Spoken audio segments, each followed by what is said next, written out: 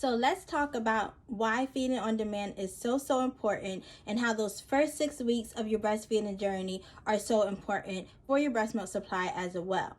So when your baby is born, when your placenta is released from your uterine wall, that signals to your body to start producing your breast milk. And your first breast milk is known as colostrum. So it's not like mature milk yet, but it's the first milk that you get in the first couple of days post-birth that your baby is just enough for your baby. So that is the first milk before your milk starts to come in as transitional milk, and then it matures as mature milk for the rest of your breastfeeding journey. So getting to breastfeeding your baby in those first few hours post-birth is so important. Again, once the placenta is released, it tells your body, now we're in milk making mode. When you are pregnant, your body is producing colostrum, but it's not going to transition to that good, full, and fatty milk, the real good milk, until after your baby is born. So you want to put your baby to rest as soon as you can post delivery. Now, if you have had complications during your delivery, or you delivered by C-section, just as soon as you can do it is awesome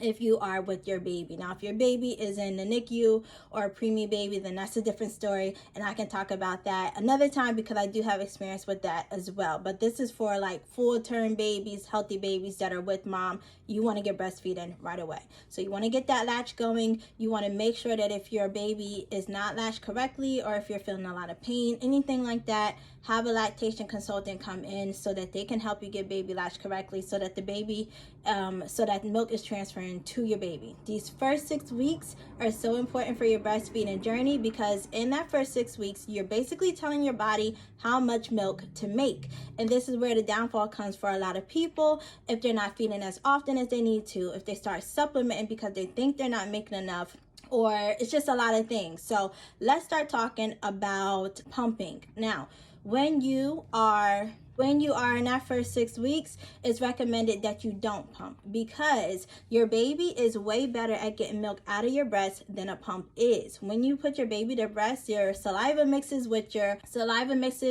breast milk, and it tells your breast that the baby needs this much amount of milk, the baby needs this nutrients in their milk. All of those things are going back and forth as you're breastfeeding your baby. So it is an exchange between mom and baby. When you put your pump on, it's not the same. And also, babies latch are more effective at getting milk out the breast, so they're able to pull more milk out of the breast than a pump can. Now, what you pump is good, but it's not indicative of how much milk is in your breast. So if you are pumping, don't be discouraged by how much you're pumping. Just know that your baby can get more out of your breast.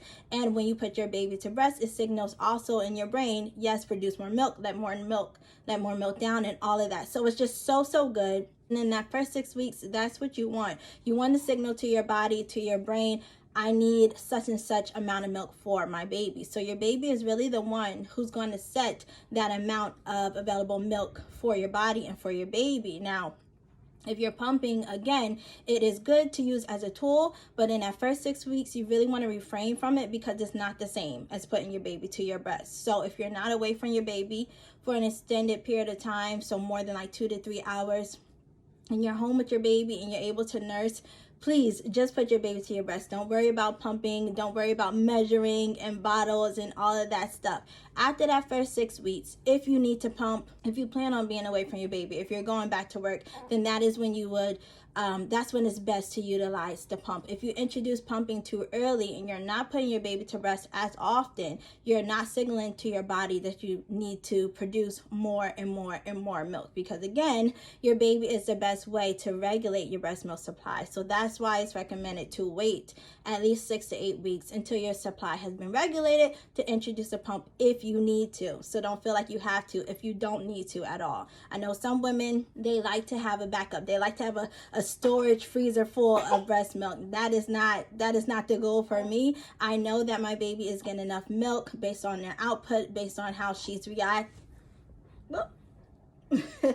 based on how she's reacting and responding, if she's happy, and all of those other things that go into it. So you don't need to create an excess of milk as well.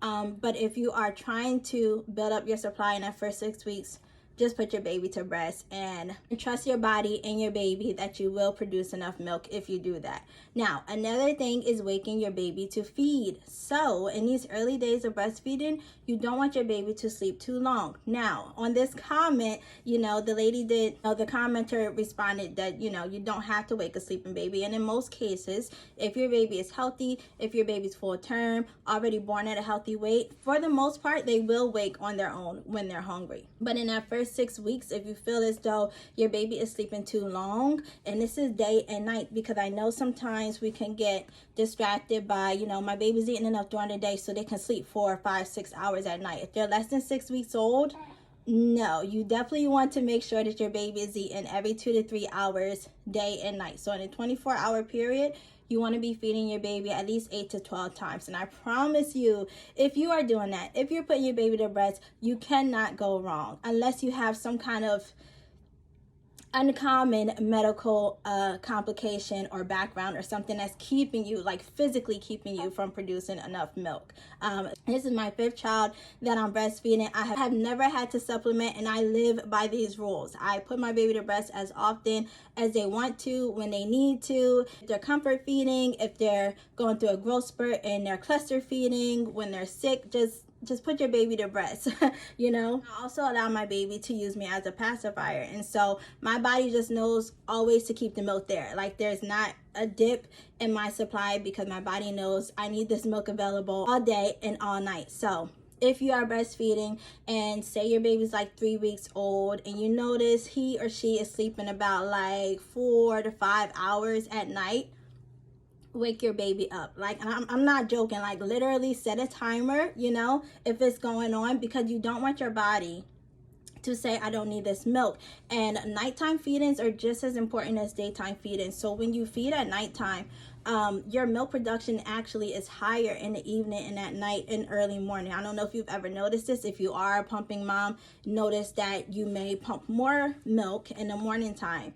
And that's really just because the milk is, fatty enough, and it has melatonin in there, and it helps to keep your baby asleep at night. So it does help with your baby. And of course, when we're sleeping, even as adults, as grown people, that's when we do our growth. That's when we do our cell repair. It's just a lot.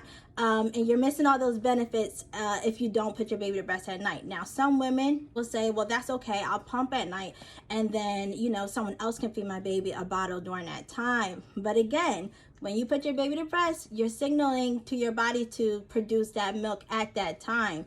And you get that communication between you and your body and, your baby and your breast. So the pump does not do that. It does not allow for that. So don't miss those nighttime feedings if you plan on breastfeeding your baby, if you plan on just your baby having just breast milk. And then also with supplementation, the same thing. Once you introduce it, if you're not also extracting milk at that time, or if you're supplementing in place of breastfeeding, you will lose your breastfeeding supply pretty quickly. And then at that point, it's kind of hard to build it back up to what baby needs, because as baby gets bigger, of course, they require more and more milk. So please don't fall into that trap as well. If you're having issues with breastfeeding, of course, like I said, reach out to lactation consultants. They are specially trained in breastfeeding. A lot of people, sometimes information comes from friends or family, and it may be well-meaning, but all the time it's not factual, or it's not, evidence-based. So you just want to make sure that you're getting your information from the right sources, from moms who have actually breastfed their babies without any complications, and that can direct you and help you in the right way. So I hope that this video is helpful. I hope that you enjoyed it and maybe learned something, and thank you for watching.